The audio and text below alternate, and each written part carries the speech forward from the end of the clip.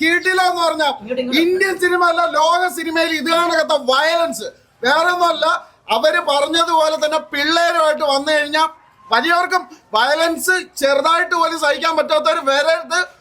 Violence കിടിലം പടം. Second half വിഷയമായിരുന്നു. വയലൻസ് അനിമലിന്റെ അപ്പനെ കണ്ടിരിക്കും. അത്രക്ക് കൊള്ളാം. എനിക്ക് തോന്നുന്നു വുമൺസിനൊന്നും അത്രക്ക് കണ്ടിരിക്കാൻ പറ്റത്തില്ല എന്ന് തോന്നുന്നു. നമ്മൾ കുറച്ച് ഹേർഡ്ലെസ് ആൾക്കാർക്കൊക്കെ കണ്ടിരിക്കാൻ പറ്റും. Peak violence of the Indian സിനിമയിലെ ബ്രൂട്ടലായിട്ടുള്ളൊരു ഫാമിലി ആയിട്ടൊക്കെ ഭയങ്കര അക്സെപ്റ്റ് ചെയ്യാൻ ഭയങ്കര ബുദ്ധിമുട്ടായിരിക്കും. ഫാമിലി ആയിട്ടൊക്കെ യങ്സ്റ്റേഴ്സ് ഏറ്റെടുക്കാനുള്ളതുണ്ട്, അറിയില്ല. സ്ക്രിപ്റ്റ് ഭയങ്കര വീക്കായിട്ട് തോന്നി. ഭയങ്കര ഇമോഷണലി സെക്കൻഡ് ഹാഫ് കുറച്ച് കണക്ട് ആവുന്നുണ്ട്. രസമുണ്ട്, പിന്നെ കണ്ടിരിക്കാം നമുക്ക്.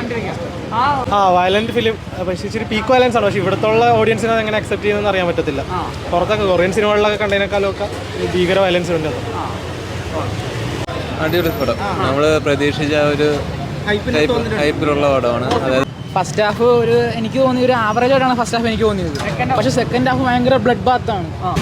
സെക്കൻഡ് ഹാഫ് പൊളിയാ തൂക്കിന്ന് പറയാം.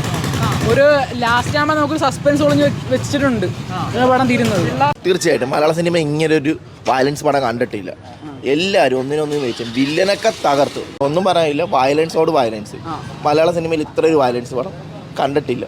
ഉണ്ണിമുന്തനായിട്ട് ജഗദീഷായിട്ട് എല്ലാവരും ഒന്നിനൊന്നിനും വെച്ചു തകർത്ത്. പിന്നെ വില്ലനായിട്ട് വന്ന കെബീർ അവൻ പൊളിച്ച് ലാസ്റ്റത്തെ ഒരു 45 എന്നെ പണി വെച്ചിരിക്കുക. അത് തന്നെ അതേ പറയാനുള്ളൂ. അടിപൊളി പടം. അടിപൊളിയായിട്ടുണ്ട്.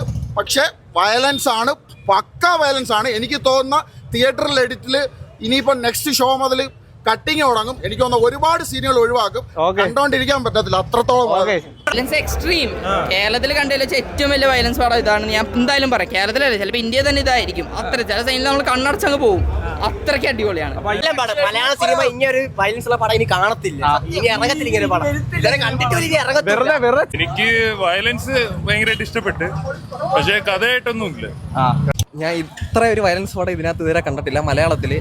സത്യത്തിൽ ചില സീനൊന്നും ഞാൻ കണ്ടിട്ടില്ല, കണ്ണടച്ചോണ്ടിരുന്നത്. അതുകൊണ്ട് നമുക്ക് കണ്ടോണ്ടിരിക്കാൻ പറ്റത്തില്ല.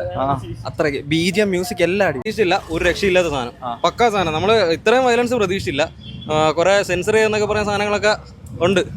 KGF ഒക്കെ മേളിൽ പോയിന്റെ KGF താഴ്ന്നൊന്നുമില്ല. മാർക്ക് മേളിൽ ഇനി മലയാളത്തിൽ 5 മാർക്ക്. ഇനി ഒരു ആക്ഷൻ പടം വന്നാൽ മാർക്ക് മുന്നിലും പിന്നും അറിയപ്പെടും. ഫാമിലി ഓഡിയൻസിൽ കാണാൻ പറ്റത്തില്ല, റെക്കമെൻഡ് ചെയ്യാൻ പറ്റത്തില്ല ഒരിക്കലും. വിമൻസിന് റെക്കമെൻഡ് ചെയ്യാൻ പറ്റത്തില്ല. പിള്ളേരെ കയറ്റത്തില്ല. എന്തായാലും 18 വയസ്സിൽ പ്രായമുള്ള കാണാതിരിക്കുന്നതല്ലേ. അത്രയും ബ്രൂട്ടലാണ്. മലയാള സിനിമയിൽ ഇങ്ങനത്തെ ഒരു ബ്രൂഷ്യൽ പടം കാണാൻ പറ്റും. അടിപൊളിയാണ്. ക്രിസ്മസ് മാർക്ക് തൂക്കി. ചോരക്കളിയാണ്, ചോരയുടെ ആറാട്ട്.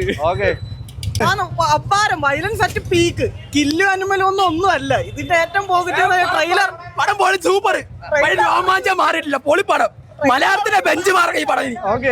ട്രെയിലർ ഇറക്കി വിടാത്ത തന്നെ ഏറ്റവും നല്ല കാര്യം. കിട്ടില്ലം പടം എന്ന് വെച്ചാൽ കിട്ടില്ലം പടം. ഇനി ഒരു വട്ടം സമയം കിട്ടുമെങ്കിൽ പോയി ഉറപ്പായിട്ടും കാണും. മലയാളത്തിൽ ഇങ്ങനെ ഒരു മൂവി അഭിമാൻ വാവ് മൂമെന്റ്സ് ഉണ്ടായിരുന്നു. And with a family backing story. ആ ഒരു ഇമോഷൻസ് എല്ലാം നന്നായിട്ട് നമുക്ക് ഫീൽ ചെയ്യുന്നുണ്ട്. വെറുതെ വയലൻസ് അല്ല, നമുക്ക് ടച്ച് ചെയ്യുന്നുണ്ട്. എന്തുകൊണ്ടാണ് ഇത്ര വയലൻസ് ഉള്ളത് നമുക്ക് ഫീൽ ചെയ്യുന്നുണ്ട്. So it's A fully packed movie and great team work. നമ്മുടെ ഉണ്ണിമുന്തൻ കേരളത്തിലെ റെബൽ കിങ് ആയതോടെ ഏറ്റവും ഞാൻ ഇപ്പോൾ കണ്ടതിൽ വെച്ച് കേരളത്തിൽ ഇത്രയും റെബലായിട്ടുള്ള ഒരു സ്റ്റാർ ഇതുവരെയായിട്ട് വന്നിട്ടില്ല. അത്രയ്ക്ക് അടിപൊളിയായിട്ടുണ്ട്. അതിൻ്റെ ഒപ്പം ജഗദീശാണ് സ്ഥിതിക്കണ്ട് കാലാക്കിയിട്ടുണ്ട്. കേരളത്തിൽ ഇതുപോലെ ഇത്ര ഒരു ഫൈറ്റ് പടം ഞാൻ കണ്ടിട്ടില്ല. നമ്മൾ പടം അത്യാവശ്യം കാണുന്ന ഒരാളാണ്. പക്ഷെ ഇതിൽ നന്നായിട്ട് എടുത്തിട്ടുണ്ട്. ഒരു ഇംഗ്ലീഷ് പടമൊക്കെ ചെയ്യുന്ന ലെവലിൽ തന്നെ ഫൈറ്റും കാര്യങ്ങളൊക്കെ ചെയ്യുന്നുണ്ട്. പിന്നെ ലാഗിങ് എന്ന് പറഞ്ഞ സാധനം ഇത്രയും മണിക്കൂറുള്ള ഒരു മൂവി ആകുമ്പോഴത്തേക്കും ശരിക്കും പറഞ്ഞാൽ ചെറിയ ലാഗൊക്കെ അടിക്കേണ്ടത്. പക്ഷെ അതൊന്നുമില്ല, പടം ഒരു ലെവലിൽ തന്നെ പോകും. കില്ലിന് ശേഷം ഞാൻ ഇങ്ങനെ വയലൻസ് ആണ്. അതായത് ഫസ്റ്റ് ഹാഫിനെ കാട്ടി സെക്കൻഡ്, നമ്മൾ ഫസ്റ്റ് ഹാഫ് കാണുമ്പോൾ ആ ഫാമിലി നമുക്ക് അങ്ങനെ തോന്നി. അത് എന്തുകൊണ്ട് വയലൻസ്. സെക്കൻഡ് ഹാഫ് എൻ്റെ പൊന്നെണ്ണ പൊളി.